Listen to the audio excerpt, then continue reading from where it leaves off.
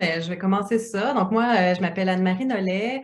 Je suis chercheuse postdoc à l'Université de Moncton avec Madeleine Lambolé. Donc, mon projet de postdoc, ça a été une recherche partenariale avec l'Alliance des maisons d'hébergement de deuxième étape pour femmes et enfants victimes de violences conjugales. Donc, on va vous parler de ça aujourd'hui. Et puis d'une autre recherche là, menée au Nouveau-Brunswick. Madeleine, je te laisse. Bonjour tout le monde. Madeleine Lambolé, je suis professeure de criminologie à l'Université de Moncton au département de sociologie et criminologie. Moi, mon intérêt principal, je dirais très largement, c'est la violence. La violence faite aux femmes fait partie de mes intérêts de recherche, mais c'est aussi ce que j'enseigne à l'Université de Moncton de façon générale. Et puis, l'entourage des femmes victimes de violences conjugales. J'ai embarqué dans le projet avec Anne-Marie en devenant sa directrice de stage postdoc. Et puis, il y a plusieurs, on en parlera à mesure, il y a plusieurs projets qui ont découlé de ce projet de postdoc. Il y a 3 projets de recherche qui ont vu le jour à partir de ça. Donc, on va vous présenter ça aujourd'hui. Moi, c'est Haïfa Benmiloud, donc je suis de l'Alliance des maisons d'hébergement pour femmes et enfants victimes de violences conjugales. Présentement, je suis coordonnatrice du volet innovation, recherche et formation à l'Alliance. Et moi, c'est Annick Brazo. Je suis directrice de la maison d'hébergement pour elle des Deux-Vallées qui est située à Buckingham, donc qui est une maison d'hébergement. Puis aussi, on est en projet pour le Toit d'Erika, qui est une maison de deuxième étape. Je suis aussi étudiante à la maîtrise et mon projet là, de recherche est en lien avec le besoin, ce qui est vécu, le vécu et les besoins des proches des victimes de violences conjugales. OK, alors je vais vous partager. On a un PowerPoint, évidemment. Donc, je vous partage ça. Est-ce que vous voyez tout bien? Parfait. OK. Donc, on s'est présenté. Madeleine, est-ce que tu voulais dire...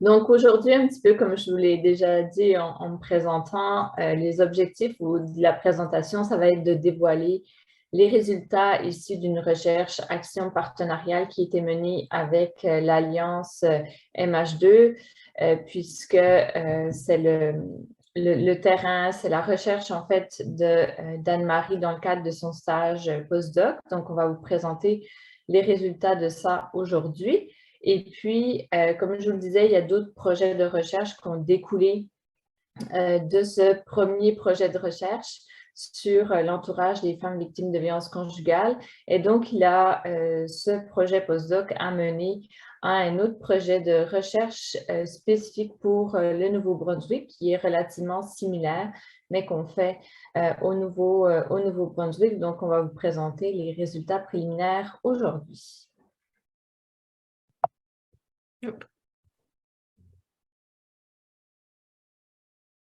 Oui, donc moi, je vais commencer par présenter rapidement l'Alliance des maisons d'hébergement de deuxième étape pour femmes et enfants victimes de violences conjugales.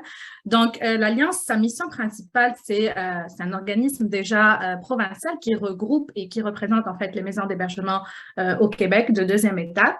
Et à travers ces maisons, en fait, on offre aux femmes avec ou sans enfants des services spécialisés. Spécifiquement en violence conjugale post-séparation. Comment? Par l'entremise d'un logement transitoire et sécuritaire pour ces femmes qui sont accompagnées ou non de leurs enfants. Donc, la mission principale, je dirais, de l'Alliance, c'est vraiment d'informer et de sensibiliser à large donc la population québécoise sur les enjeux de la violence post-séparation et vraiment pour prévenir les homicides conjugaux. Après, là, je vous présente sommairement aujourd'hui, donc l'Alliance a 35 maisons membres qui sont réparties sur 14 régions administratives du Québec. On a présentement 18 maisons qui sont en fonction, donc des maisons qui ont des deuxièmes étapes, qui accueillent présentement donc des femmes et des enfants. Et on a 17 autres maisons qui sont soit en développement, mais vraiment, soit qui ont une maison de première étape et qui vont développer leur deuxième étape, ou ça peut être aussi des maisons qui sont en opération, en fonction, qui accueillent des femmes et des enfants, mais qui ont aussi un projet en parallèle d'ouverture et de construction. Donc, actuellement, l'Alliance a 35 maisons membres à travers 14 régions administratives du Québec. Puis, c'est quoi une MH2? On va rapidement, en fait, voir, puis c'est ça, c'est vraiment offrir à des femmes, comme on a dit tout à l'heure, un hébergement donc transitoire et sécuritaire. Puis là, c'est vraiment les MH2 de l'Alliance ont vraiment une expertise spécialisée en violence conjugale post-séparation et on offre vraiment un panier de services qui est diversifié. L'objectif toujours est vraiment d'assurer la sécurité de la femme et de ses enfants. Puis tout ça, c'est vraiment à travers des moyens et des services qui sont accessibles et évolutifs. Encore une fois, la protection et la sécurité de la femme, c'est vraiment la première chose sur laquelle nous travaillons. On va dire que comment les femmes sont admises dans une MH2. Donc, premier critère, c'est la dangerosité de l'ex-partenaire. Ça, c'est vraiment le premier critère en fait, d'admission des femmes dans une MH2. Puis, on constate que 8% des femmes qui, au départ d'un refuge d'urgence et qui vivent des enjeux de sécurité, mais vraiment grands et majeurs, elles passent après par une maison d'hébergement de deuxième étape. Donc, 95% des femmes qui ont séjourné en MH2 ne retournent pas vivre avec leur ex-partenaire violent. Ça, c'est vraiment nos dernières statistiques en lien avec l'Alliance. Vous pouvez aussi donc me revenir si jamais je mettrai les liens de l'Alliance si vous voulez avoir plus d'informations sur notre organisation. Donc, c'est ça. En première partie, on va vous présenter les résultats du projet Entourage qui a été réalisé en partenariat avec l'Alliance. Donc, c'est un projet qui porte vraiment sur le réseau social des femmes victimes de violences conjugales. Pourquoi s'intéresser à ce sujet-là? Mais on voit dans la littérature que, en lien avec le soutien social, avoir accès à du soutien, ça permet aux femmes qui sont victimes de diminuer beaucoup les conséquences de la violence, d'améliorer leurs conditions de vie. Donc, c'est une très bonne chose d'avoir accès à du soutien là, pour les femmes victimes. Par contre, elles ont de la difficulté à accéder à un soutien qui est suffisant pour différentes raisons, là, en partie parce que peut-être que leurs besoins sont tellement grands qu'ils sont plus difficiles, que c'est plus difficile de les combler, mais aussi parce que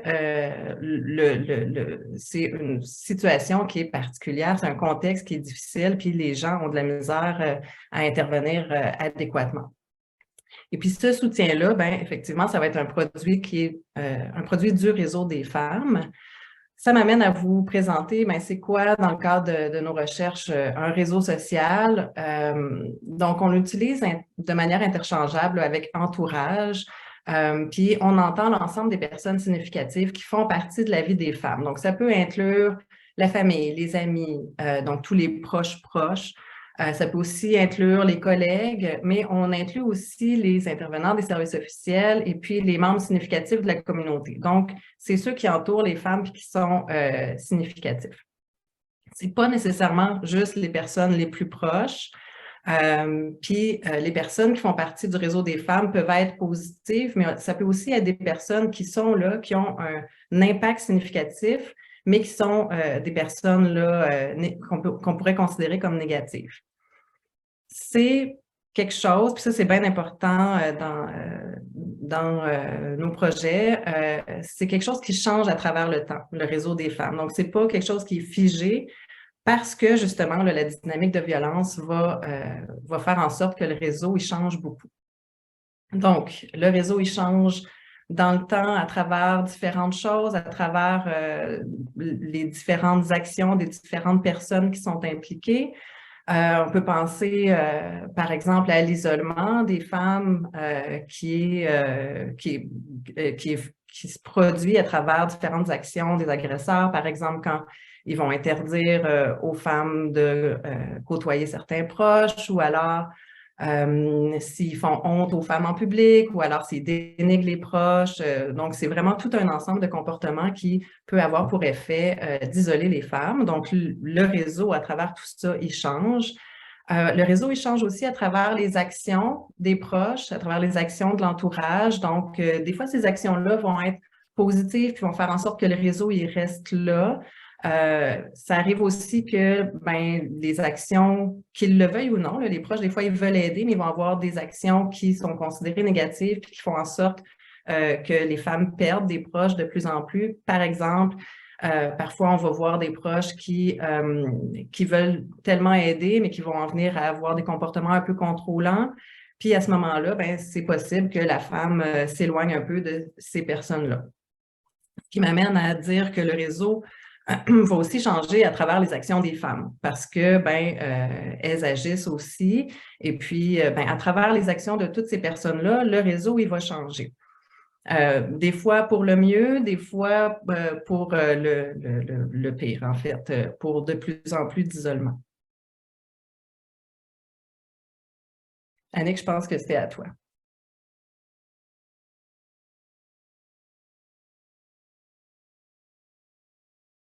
Annick, ton micro est fermé. Merci. En fait, ce qu'on peut dire, là, c'est qu'il semble avoir vraiment un consensus là, sur le fait que de travailler sur le réseau des femmes, ça pourrait les aider à améliorer, ça va favoriser leur sentiment de sécurité à long terme. Donc, ça fait un filet de sécurité, c'est plus solide, c'est un soutien pour les femmes, donc c'est gagnant et puis c'est important. On note aussi que toutes les pratiques là, qui sont d'intervention, qui sont centrées sur le réseau des femmes, ça existe, c'est déjà là, c'est bien vivant. On le connaît un petit peu moins, par exemple, c'est pas répandu, c'est pas partout. On commence à faire des choses, là, c'est un balbutiement, c'est pas si structuré non plus. Fait que ça, c'est des observations. Puis, ces observations-là, dans le fond, c'est ce qui a fait en sorte que nous, on a décidé là, de créer ce projet-là Entourage, qui a été notre motivation de mettre en place ce comité-là et ce projet. Fait qu'au niveau du comité, on était plusieurs personnes. Puis, tu sais, je tiens à dire que aussi d'où c'est démarré, à part tout ça, c'est suite à un AGA qu'on avait avec l'Alliance, que on a commencé à parler des proches, aux demandes, aux essais, à des recherches aussi qu'on a vues. Puis, on a eu l'intérêt, donc plusieurs personnes membres de l'Alliance des maisons deuxième étape ont voulu se mettre sur ce comité. Donc, il y a Sylvie Bilton de la Maison Louise, qui est une maison de deuxième étape. Il y a moi qui est aussi d'une maison de deuxième étape en construction. Suzy Levasseur, qui est de la maison Anita Lebel, qui est aussi une maison de deuxième étape. Il y a Aïfa, Mélisandre et Maude, qui sont de l'équipe permanente là, de l'Alliance des maisons de deuxième étape. Et puis, on a nos collègues Anne-Marie Nollet et Madeleine Lambolé, qui sont de l'Université de Moncton. Fait que le but vraiment du comité, là, pourquoi qu'on est diversifié aussi dans les membres, c'est on voulait vraiment là, de s'assurer qu'à toutes les étapes de ce projet-là, qu'on soit en phase avec ce qui est vécu par la pratique. Donc, un équilibre entre les connaissances et les recherches et ce qui se passe sur le terrain. Donc, ça, c'est important pour nous, d'où la diversité des membres. Donc, au niveau de nos objectifs là, du comité Entourage, en fait, c'était d'analyser ce qui se passe actuellement dans les maisons et puis de voir c'était quoi les besoins des intervenantes, parce qu'il y en avait plusieurs. Fait que, bon, c'était voir un petit peu avec ça pour pouvoir bien répondre à leurs besoins actuellement. Fait que c'était de développer un outil d'intervention. Ensuite de ça, de l'implanter, l'outil. Puis il y a eu quelques maisons là, de mémoire, peut-être Anne-Marie, je pense que tu m'en reparles peut-être, mais en tout cas, il y avait quelques maisons qu'on était en phase test, l'essayer avec les femmes pour pouvoir justement noter avec les intervenantes, l'adapter, l'ajuster, voir si ça fonctionnait. Donc, la partie de l'évaluation, pour après ça, faire les modifications, là, puis pouvoir le partager à toutes les maisons où nous sommes rendus actuellement. Pour s'assurer toujours que ça colle et que ça répond aux besoins des femmes et des intervenantes. Donc, au niveau de nos analyses, là, de nos pratiques actuellement, fait que c'est ça. Au niveau de ce qui est, tu sais, c'est sûr qu'il y a des choses documentées un peu de ce qu'on fait déjà auprès des femmes, de ce qui est fait, tu sais, dans nos maisons, dans nos ressources. Comment qu'on travaille le réseau avec les femmes, comment qu'on le travaille avec leur entourage, puis au niveau de la communauté aussi. Fait que c'est sûr qu'il n'y a pas, paquet de choses là, nécessairement. On voit vraiment le besoin de l'améliorer, de le bonifier, là, de faire tout ça là, dans les prochaines étapes. Fait que c'est vraiment un de nos constats là, au niveau des pratiques. Il y a des choses qui se commencent, il y a des essais, mais c'est pas tout partout pareil, c'est pas structuré tant que ça encore.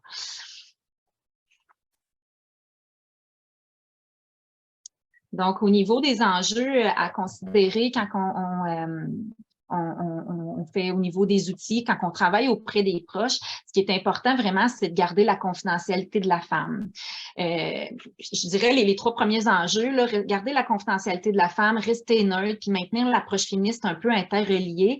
En fait, quand tu travailles avec la femme, elle parle de son histoire, de son vécu de violence, elle dit les choses qu'elle décide bien de te dire. Quand on travaille avec les proches, on a une autre vision, une autre version, on a d'autres informations que la femme nous aurait peut-être pas dit, puis c'est là qu'il peut être dangereux des fois de glisser, de pas travailler dans le sens. Les proches, ils veulent beaucoup, ils vont nous dire telle chose, la femme, elle nous l'a peut-être pas dit. Fait qu'il y a des enjeux à ce niveau-là à vraiment bien penser puis structurer nos interventions, parce que d'habitude, c'est son travail avec la femme, là, on veut travailler avec d'autres personnes qui sont pas, qui n'ont pas toutes la même façon de vouloir voir, puis qui veulent peut-être, si c'est important en intervention féministe, de respecter le rythme de la femme, de travailler avec elle ou ce qu'elle est rendue, ce qu'elle veut faire. Alors là, comme on a d'autres proches qui nous amènent d'autres éléments, ben, ça peut être qu'on peut glisser au niveau de nos objectifs d'intervention. Au niveau de garder aussi, dans les autres enjeux, de garder la sécurité de la femme comme objectif premier. Donc, vraiment, d'y aller avec son besoin, sa sécurité, sa confidentialité. Des fois, les proches, tu sais, on ne sait pas, ils peuvent être avec le conjoint aussi, on ne sait pas. Fait que, tu sais, il y a toutes des choses par rapport à la sécurité à bien réfléchir. Puis aussi de produire des outils là, qui vont nous permettre de s'adapter aux différents contextes de vie des femmes, donc aux différentes particularités des femmes immigrantes, des femmes de milieux éloignés, des femmes en situation de handicap, de s'assurer toujours que nos outils, ils vont bien répondre à différentes situations, à différents besoins là, entourant les femmes. Fait que c'est ça, dans le fond, c'est comme la première étape du projet, comme dit Annick, ça a été de faire un sondage auprès des intervenantes qui nous a permis d'identifier tous ces enjeux-là à considérer. Puis à partir de ça, on a commencé à développer l'outil, ce qui a mené à la phase d'implantation puis d'évaluation. Dans le fond, on a vraiment décidé d'avoir une démarche évaluative qui était participative et transformative. Ce que ça veut dire, en gros, c'est qu'il y a eu beaucoup d'allers-retours entre la recherche puis le comité, puis les intervenantes aussi, pour s'assurer.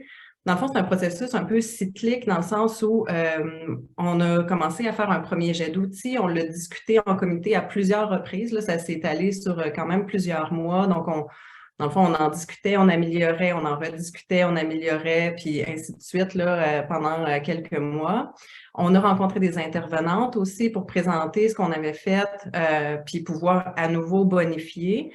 Puis après ça, une fois qu'on était quand même confiante de ce qu'on avait, qu'on était prête à l'implanter, ben on a fait une phase test dans 4 maisons d'hébergement de deuxième étape. Et puis, en fait, c'est 3 maisons d'hébergement de deuxième étape, puis une de première étape.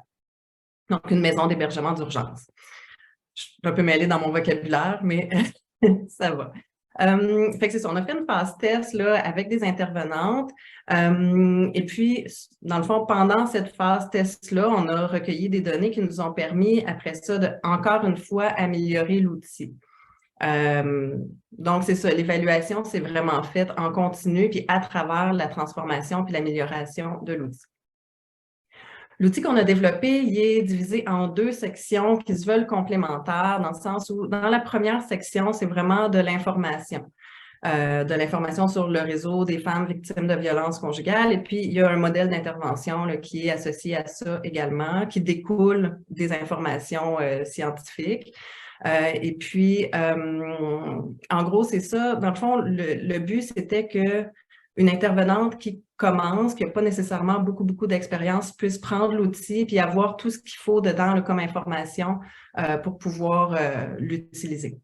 Puis dans la deuxième section de l'outil, c'est des fiches reproductibles. Donc, il y a 8 fiches d'intervention que les intervenantes là, peuvent utiliser en fonction des besoins là, puis des étapes auxquelles les femmes sont rendues. Puis les 2 sections sont vraiment conçues là, pour être utilisées en complémentarité. Fait que dans le fond, s'il y a des choses des informations qui sont nécessaires à travers les discussions avec les femmes, à travers l'utilisation des fiches, ben, ils peuvent se référer là, à la première section de l'outil. Puis c'est un outil d'à peu près 40-45 pages. Donc, je disais 8 fiches d'intervention. Dans le fond, il y a 2 fiches qui visent à aider les femmes à analyser leur réseau. Premièrement, on s'intéresse à la qualité des relations avec les membres de réseau, puis aussi à, dans le fond, la structure de leur réseau, là, donc le réseau dans leur réseau dans son ensemble. Donc, voilà. Et puis, ce qu'on suggère de faire avec l'outil, c'est d'analyser le réseau à travers différentes étapes. Donc, voir son évolution là, à travers le temps, parce que, comme on dit un peu plus tôt, ben, le réseau, il change et puis ben, c'est d'analyser en fait ce changement-là à travers la relation violente, puis d'envisager aussi là, ce qu'on souhaite, ce que les femmes souhaitent pour le futur. Il y a aussi 6 fiches qui visent plutôt à aider les femmes à améliorer leur réseau. Donc, les fiches 3, 4 et 5, c'est des fiches qu'on pourrait associer plus à un pré-travail qui vise à aider les femmes à rebâtir, si on veut, les fondements internes là, qui vont leur permettre de bâtir et puis de maintenir des relations saines là, à travers le temps. Puis les 3 dernières fiches, la fiche 6, 7 et 8, elles visent plutôt là, à les aider à agrandir, si on veut, leur réseau. Donc, la fiche 6, c'est pour envisager un meilleur accès à des ressources officielles, donc des services variés là, avec avocats, maison de la famille, etc., en fonction de leurs besoins. Et puis, les fiches 7 et 8, ça va être plutôt en lien avec le réseau informel. Donc, créer des nouvelles relations avec des nouveaux amis, nouvelles amies, etc. Et puis, la fiche 8, bien, ça va être de reconnecter avec des proches qu'elles ont peut-être perdus là, à travers la violence conjugale. Évidemment, je le mentionne tout le temps, là, c'est pour pouvoir reconnecter, il y a quand même une analyse. D'où l'intérêt aussi des fiches 1 et 2. Là, il y a une analyse qui doit être faite de est-ce que c'est sécuritaire ou non là, de reconnecter avec ces proches-là. Au niveau de l'évaluation, c'est ça. Comme je disais, ça a été vraiment un processus participatif puis transformatif. Donc, les méthodes d'évaluation découlent de cette approche-là. Donc, il y a eu beaucoup de rencontres avec le comité d'encadrement où il y a plusieurs informations, dans le fond, des choses à nuancer, à bonifier qui ont été intégrées au fur et à mesure, rencontres avec les intervenantes, comme je disais. Au début de la phase test qu'on a fait aussi, on a envoyé un court questionnaire en ligne aux intervenantes qui allaient participer, puis aux femmes qui allaient participer aussi là, à tester l'outil. Et puis, tout au long de la phase d'implantation, les intervenantes ont rempli une grille de suivi à chaque utilisation d'une fiche. Fait que dans le fond, la grille, ça tenait sur une page et puis il y avait différentes questions là, sur différentes thématiques. Donc, par exemple, combien de temps ça a pris, remplir la fiche, quelle fiche a été utilisée, évidemment. Est-ce que vous l'avez complétée avec la femme ou est-ce que la femme l'a complétée seule? Avez-vous des choses à mentionner au niveau du visuel, au niveau de comment vous vous sentiez en complétant la fiche? Est-ce que vous pensez que ça a comblé les besoins de la femme ou est-ce que ça répondait aux besoins de la femme? Donc, on posait différentes questions qu'on a été capable après d'utiliser. On a été capable d'utiliser les réponses pour bonifier l'outil, évidemment, puis pour après ça, là, effectuer des analyses supplémentaires. Donc, je vous présente les premiers résultats de l'évaluation de l'outil, sachant qu'il y a plus de résultats que ça qui vont être disponibles dans un article qui est en cours de production et puis qui va sortir un jour. Donc, ce qu'on a constaté, c'est que la phase test, les intervenantes qui l'ont fait, qui ont participé à la phase test, c'était surtout des intervenantes expérimentées. Ça, c'est ressorti des discussions aussi que dans le fond, il faut quand même avoir une bonne compréhension de ce que c'est la violence conjugale de base pour pouvoir intervenir en lien avec le réseau, pour pouvoir comprendre aussi toute la charge émotionnelle que ça peut avoir de travailler sur ce sujet-là avec les femmes. Faut bien comprendre ce par quoi elles sont passées. Ensuite, ce qui est ressorti beaucoup, c'est que les fiches ont été appréciées puis utilisées en fonction des besoins des femmes. Donc, il y a certaines fiches qui ont été moins utilisées, mais en fait, ce qui est ressorti, c'est qu'elles n'ont pas été utilisées parce que ça ne répondait pas aux besoins des femmes à ce moment-là, alors qu'il y a certaines fiches qui ont été plus utilisées parce que c'est un besoin qui était plus fréquemment rencontré. Au niveau des effets à court terme, si on veut, ce qui est ressorti, c'est que les fiches ont permis aux femmes de prendre un pas de recul, de se reconnecter avec elles-mêmes, d'approfondir leur relation avec leur intervenante également. Et puis, comme c'était conçu là, dans l'approche même là, de l'évaluation, la phase d'implantation a eu pour effet d'améliorer l'outil. Donc, par exemple, après la phase d'implantation, on est passé au-dessus dans toutes les fiches d'intervention. Par exemple, on a augmenté l'espace pour écrire parce que ce qu'on disait en fait au début des fiches, c'est servez-vous des fiches comme guide de discussion. Mais dans les faits, des fois, il y a des femmes qui ont envie de remplir la fiche elles-mêmes. Puis là, il n'y avait comme pas assez d'espace. Donc, on a augmenté l'espace pour qu'elles puissent écrire, faire des bulles, des dessins, tout ça. Et puis, on a aussi ajouté des consignes pour l'utilisation en groupe parce qu'on l'a conçu comme un outil individuel, mais dans les faits, si une intervenante voulait l'utiliser comme outil pour animer un groupe qui porte sur le réseau des femmes, ça serait tout à fait faisable. Donc, on a ajouté des indications là, à cet effet-là. Puis, comme je disais, on va vous revenir avec plus de résultats dans un article. Madeleine. Juste avant que Madeleine parle, je peux juste rajouter un petit détail peut-être ou une précision. Tu sais, quand Anne-Marie nous a présenté tout à l'heure tous les outils, ce qui est bien avec les outils, en fait, c'est que vous n'êtes pas obligé de toutes les faire. Ils ne sont pas à la suite de l'autre, on peut en choisir. C'est pas, on les a numérotés, là, mais vous n'avez pas besoin de les faire. Fait que ça, c'est bien parce qu'il y a des femmes puis on en a dans nos discussions remarqué aussi, les femmes qui sont dans une maison d'hébergement, on ne se rendra pas à travers toutes les fiches, là. On n'aura pas le temps de les faire parce que le séjour est court et elles doivent faire autre chose. Des fois, elles sont ailleurs. Fait que des fois, c'est plus des outils qu'on pourra voir dans nos rencontres post-hébergement ou dans les rencontres de suivi externe si ça se poursuit après l'hébergement. Par contre, on se disait que dans des maisons de deuxième étape, on remarquait que les femmes, des fois, elles sont plus rendues là. Il y a des démarches qui ont de moins à faire. Le processus est plus long d'intervention aussi parce que des fois, en maison d'hébergement, c'est d'une courte durée, même si on essaie avec le post-hébergement. Donc, ça, c'est ce qu'on a remarqué. Fait que c'est ce qui est bien. Vous pouvez vous adapter vraiment aux besoins des femmes. Il y en a des fiches qui n'auront pas besoin de faire, puis c'est pas que tu dois tout le faire parce que ça peut avoir de l'air lourd, là. Surtout Anne-Marie, tout à l'heure, elle disait que tu avais combien? 50 quelques pages, notre guide. Fait qu'on ne veut pas vous décourager.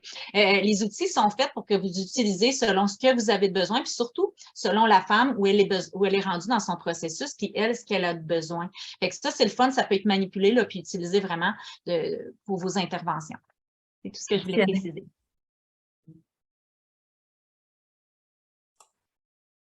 Merci Annick, merci Anne-Marie. Suite à ce projet Entourage, parce qu'on l'a appelé Entourage Québec, maintenant je vais vous parler du projet Entourage Nouveau-Brunswick, qui est un petit peu, en fait, l'objectif du projet est relativement similaire à ce qui a été fait au Québec, mais on a eu une opportunité, en fait, de financement avec le Consortium national de formation en santé. On a obtenu une bourse nationale de recherche avec Anne-Marie pour travailler par rapport au contexte francophone minoritaire, notamment du Nouveau-Brunswick. Et le Nouveau-Brunswick est un contexte un petit peu particulier puisque l'accès aux services d'aide de façon générale, mais spécifiquement aussi pour la violence faite aux femmes dans une situation de violence conjugale peut être complexifié, notamment par la barrière linguistique. Pour les femmes francophones qui habitent en dehors des zones francophones du Nouveau-Brunswick, je vous ai mis juste avant Anne-Marie n'avait pas encore changé la slide, donc c'est parfait. Non, tu peux revenir à celle avec la carte. Donc, juste pour vous mettre en contexte, vous voyez les parties rouges sont les parties où on parle le plus souvent le français, les parties assurées où c'est plus bilingue et le reste est vraiment la partie anglophone du Nouveau-Brunswick. Donc, pour les femmes qui sont dans les régions francophones, il y a certaines régions francophones comme au nord vers Edmundston ou ce qu'on appelle la péninsule acadienne. Si vous regardez sur la carte, ça part à peu près de Bathurst jusqu'à Neguac. Il est relativement simple d'aller chercher des services en français. Par contre, elles vont être confrontées, puis Anne-Marie, tu peux changer de slide. Mais par contre, elles vont être confrontées à d'autres défis. J'y reviendrai un petit peu après. Puis pour les femmes immigrantes, là aussi, on a un accès aux services qui est complexifié du fait que à peu près pas de maisons d'hébergement au Nouveau-Brunswick sont formées comme telles en intervention interculturelle. La formation même des intervenants au Nouveau-Brunswick est différente de ce qui est demandé comme formation au Québec. Donc, juste à ce niveau-là, la barrière linguistique, les femmes immigrantes, on n'a pas de service. Je sais qu'au Québec, ce n'est pas parfait, mais on a quand même accès à des services pour les femmes immigrantes au niveau de la langue, ce qui est très difficile ici au Nouveau-Brunswick, où on va encore faire appel plus à des bénévoles, puis là, avec tout ce que ça engendre de bris de confidentialité, d'anonymat, etc. L'autre particularité au Nouveau-Brunswick, c'est qu'on est dans un milieu rural aux communautés tissées serrées. Moi, je peux vous dire, c'était peut-être mon petit choc culturel quand je suis arrivée au Nouveau-Brunswick, où tout le monde connaît tout le monde. Tu viens d'où? Et c'est un petit peu comme, tu viens de quelle famille? Et c'est des petites communautés. Donc, c'est très facile de se constituer un réseau de soutien, mais en même temps, ce réseau-là, tout le monde connaît tout le monde. Ça a ses avantages, mais ça peut aussi avoir ses inconvénients parce que, justement, les femmes ne vont pas nécessairement aller vers les services parce que une personne dans le village ou dans des petites villes va se dire pourquoi elle va dans telle ressource. Tout le monde, contrairement au Québec, les adresses des maisons d'hébergement ne sont pas confidentielles. On le sait où elles se trouvent, ces maisons d'hébergement-là. Donc, il y a un système qui est quand même relativement différent aussi par rapport à ça. L'autre chose, c'est l'éloignement géographique.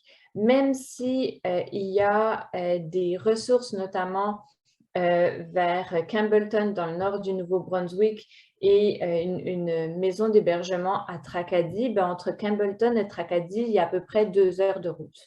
Donc, pour une femme qui se retrouve dans un petit village ou à l'extérieur de ces deux villes principales, ça va lui demander d'avoir accès à une voiture, ce qui n'est pas toujours le cas, avec tout ce que ça suscite aussi de contrôle par l'agresseur pour pouvoir sortir aussi de la maison. Donc, cet éloignement géographique-là est très important au Nouveau-Brunswick, sachant qu'il peut y avoir facilement entre 30 à 45 minutes entre les différents services d'aide. La pauvreté et la dépendance économique, le Nouveau-Brunswick est une des provinces les plus pauvres au Canada. Et la plupart surtout dans les femmes, les statistiques montrent que une grande portion en fait de femmes n'ont pas complété leur secondaire 5, ce qui fait en sorte qu'elles vont avoir des emplois beaucoup plus précaires à payées au salaire minimum. Certaines vont devoir cumuler plusieurs emplois pour boucler les fins de mois. Donc, il y a une situation de pauvreté qui est quand même très importante, notamment dans les régions de la péninsule où les gens vont surtout vivre de l'industrie de la pêche, donc qui est c'est relativement saisonnier, à part pour les gens qui travaillent dans les usines, mais encore là, on ne parle pas d'emplois qui offrent des revenus suffisants, notamment pour les femmes. Donc, elles se retrouvent dans des situations de dépendance économique. Les services officiels manquent de ressources humaines, manquent de ressources financières. Je pense que là, on se rejoint aussi peut-être avec le Québec, mais il y a très peu de ressources pour les femmes et notamment pour les femmes francophones. On les compte sur les doigts d'une main, les ressources en français au Nouveau-Brunswick. Je peux changer de slide, Anne-Marie. Là, on voulait vous montrer, puisque là, on vous présente les résultats préliminaires de ce qui a été fait au Nouveau-Brunswick. Et vous voyez que ça, c'est les sociogrammes qu'on a fait. Et parfois, on dit une image vaut 1000 mots. Et on trouvait pertinent de vous présenter le sociogramme d'une femme victime de violence. On le voit qu'avant la violence, la femme est le petit point jaune et le soutien présent sont les points bleus et ceux qui il n'y a pas de soutien sont les points rouges. Donc, vous voyez qu'avant la violence, les femmes ont quand même un bon entourage, un entourage qui est soutenant. Je peux changer Anne-Marie. On voit déjà que là, pendant la violence, ça change déjà beaucoup.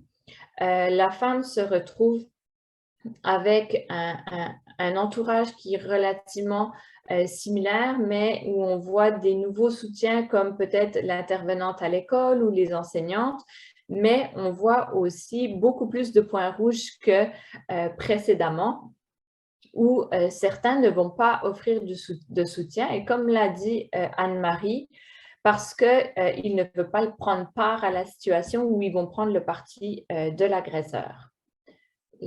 L'autre, voilà. Au moment de la rupture, on s'aperçoit que la femme, elle a perdu, son réseau est beaucoup moindre comparativement à ce qu'il était avant la situation de violence.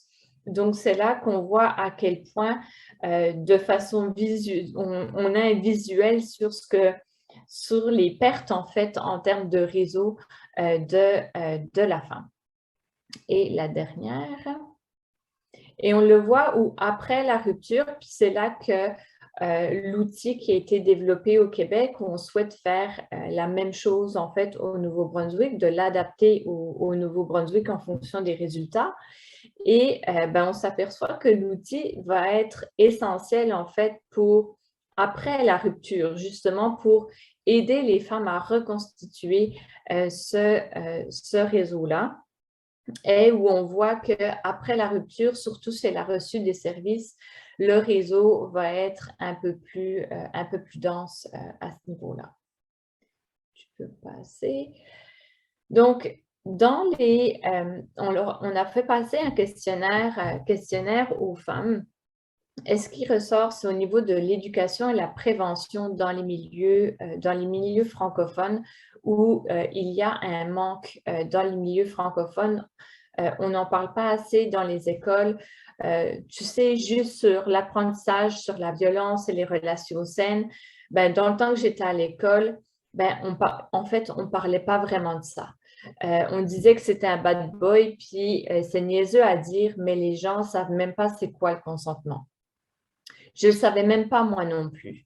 Je n'ai pas d'études pour te démontrer une comparaison anglais-français, mais je pense que cet isolement-là des communautés francophones peut-être influencer ça. Donc, on voit que même dans le milieu de l'éducation, il y a aussi là de la prévention à faire dans les milieux francophones. On peut changer, Anne-Marie? Les répercussions aussi de vivre en milieu rural. Je vous l'ai expliqué un petit peu par rapport à l'accès aux services. La participante numéro 5 nous dit, là, j'étais loin des services. C'est comme zéro parce que je ne pouvais pas y avoir accès, tu sais, décoller à pied puis me rendre là. La GRC prend plus de temps à venir que la police municipale. Puis quand la GRC a des calls, ben, ça prend encore plus de temps, puis on est considéré comme pas une urgence dans ces secteurs-là.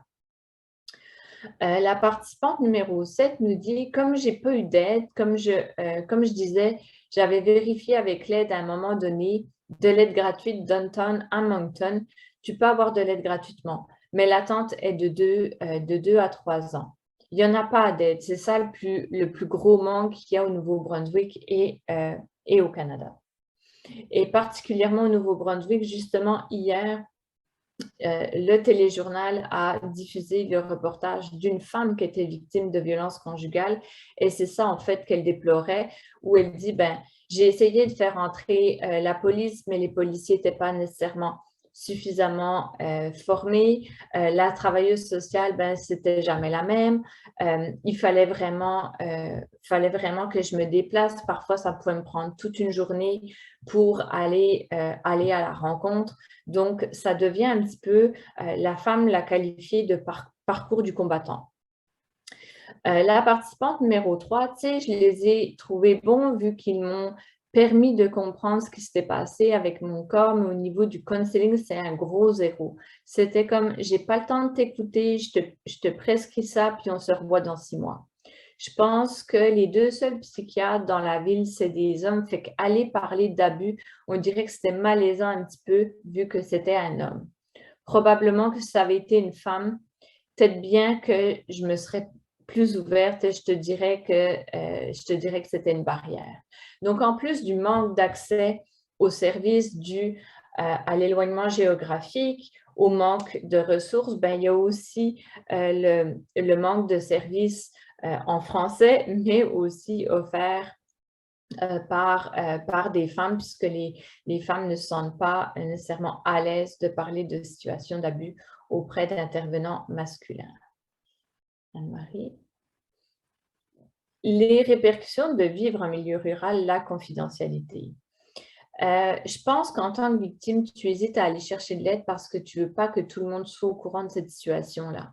Tu ne veux pas que les gens te regardent autrement. Puis je pense que d'une certaine façon, ça aide à l'agresseur parce que l'isolement est plus, du fait qu'elle est isolée, ben ça rend ça beaucoup plus facile pour lui et dans des petites communautés tissées serrées justement comme notamment dans la péninsule acadienne, les gens vont pas se mêler, il va y avoir peut-être plus aussi de jugement de la part de certaines personnes, d'autres femmes qui vont vivre une situation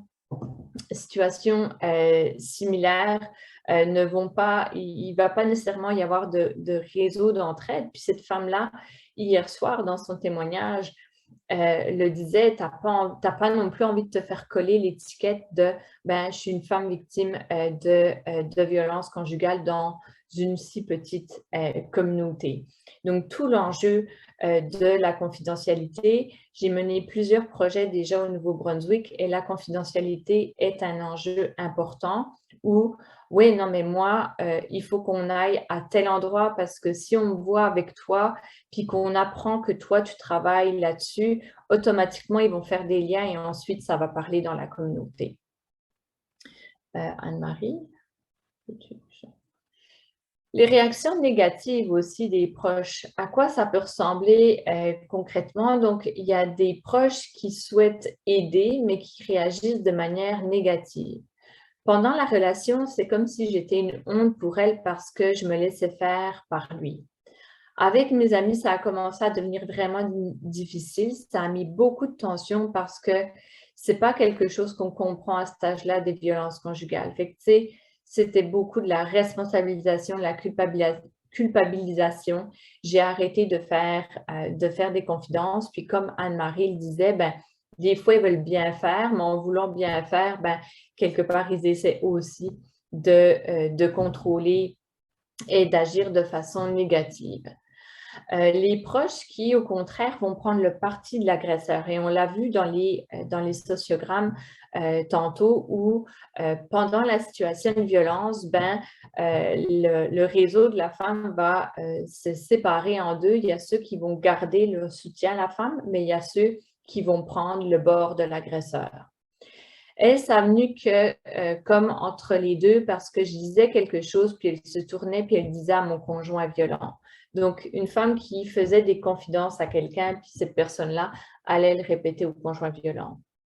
Tu sais, j'avais peur pour ma sécurité à un moment donné parce que pour lui rapporter ces choses, puis mon père a été obligé de m'accompagner. Puis là, il a commencé à compter des menteries en disant qu'il n'était pas à la maison.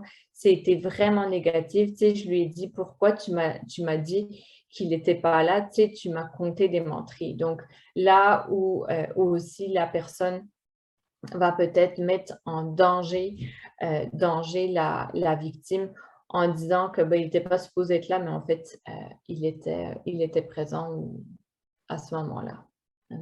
Anne-Marie? Les proches qui prennent parti pour les femmes et veulent aider, mais réagissent quand même de manière que les femmes considèrent négative. Certains, puis je vais aller peut-être un petit peu plus vite parce que je vois qu'il est déjà presque 20 si on va avoir une période de discussion. Certains membres de l'entourage sont tout simplement épuisés. Ils l'ont aidé peut-être plusieurs fois, mais à un moment donné, on sent l'épuisement des proches qui ne savent plus quoi faire et puis comment le faire.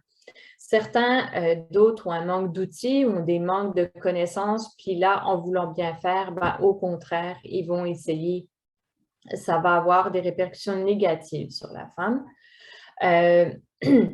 D'autres avaient juste accès à un portrait partiel de la situation et d'autres avaient besoin de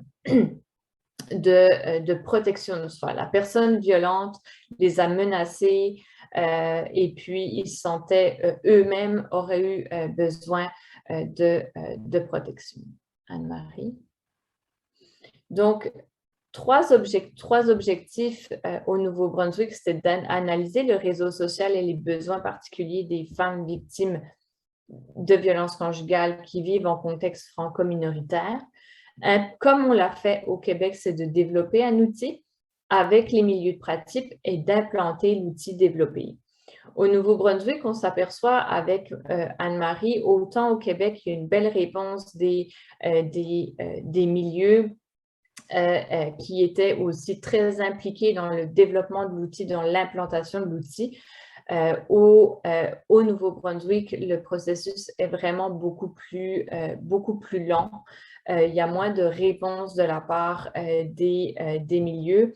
Donc, on travaille vraiment beaucoup plus fort pour embarquer les milieux de pratique à développer l'outil et ensuite à l'implanter dans le but d'améliorer le réseau d'aide informelle, d'assurer la sécurité à long terme, bien sûr, pour ces femmes-là.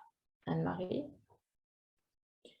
Donc, en somme, il y a une nécessité d'avoir une complémentarité des savoirs entre la pratique et la recherche et vice-versa. On l'a vu avec le projet au Québec, ça a donné de beaux résultats. Puis, je pense qu'on va poursuivre aussi dans cette voie-là, puisque l'outil va être officiellement lancé dans quelques jours. Comprendre pour mieux intervenir en se centrant à la fois sur le point de vue des femmes et sur celui des personnes qui se trouvent au front des interventions nous paraît très important. On peut bien aller faire de la recherche auprès des femmes, mais il faut aussi savoir qu'est-ce que pensent les intervenants auprès d'elles et que ces personnes-là puissent nous aider. Si on développe un outil que les femmes qui doit être mis en œuvre par les intervenants, il faut que ces intervenants-là fassent partie intégrante du processus. Donc, la recherche peut avoir une réelle incidence sur la collectivité et les milieux de pratique. Puis, je pense que c'est une question aussi de personnalité, de valeur qui était partagée par les chercheurs, que ce soit moi, que ce soit Anne-Marie, mais aussi la volonté aussi de l'Alliance des maisons d'hébergement deuxième étape, aussi de vouloir travailler avec les milieux de la recherche, cette ouverture-là. Je pense que tout le monde était ouvert à ça, puis c'est ça qu'on essaie maintenant de créer, que j'essaie de créer au Nouveau-Brunswick. C'est pas simple, ça demande beaucoup de travail, mais je pense qu'on a tout à y gagner en termes pour avoir une incidence sur notre collectivité et sur les milieux de pratique pour assurer la sécurité à long terme des femmes victimes de violences entre partenaires intimes. Ah, ben oui, c'est vrai, un projet n'attend pas l'autre. Donc, le premier projet a été présenté par Anne-Marie, le second au Nouveau-Brunswick en contexte francophone minoritaire. Et le troisième projet où on a eu une subvention savoir du Conseil de recherche en sciences humaines du Canada avec Marie-Marthe Cousineau également. Et un autre projet qu'on va faire en partenariat avec l'Alliance et qui est un projet entourage que l'on a appelé Entourage Québec-Nouveau-Brunswick. Il y avait Entourage Québec, c'est le 1, Entourage Nouveau-Brunswick, le 2, et Entourage Québec-Nouveau-Brunswick, le numéro 3. Et l'objectif est de comprendre, soutenir l'entourage des femmes victimes de violences entre partenaires intimes au niveau du tissu social, de leurs besoins et des actions que l'on veut mettre en place. Je vous remercie.